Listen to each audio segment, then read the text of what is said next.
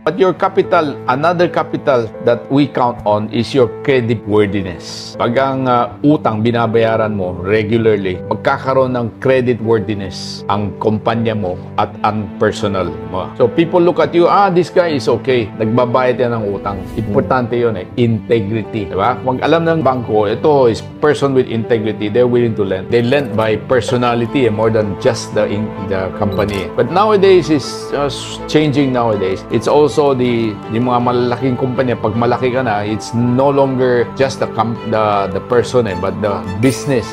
Ina-assess nila itong negosyo ba kikita o hindi. Magkikita itong negosyo, paski magbaro ka na malaki, gusto nila. So, I'm talking of when you're starting, maliit ka pa, importante yung integrity, your credit worthiness. Pati sa sari-sari so, alam nila, pag bumili ito, credit worthy, they will sell it to you on credit. Pag hindi credit worthy, they will not sell it. So in other words, kailangan pangalagaan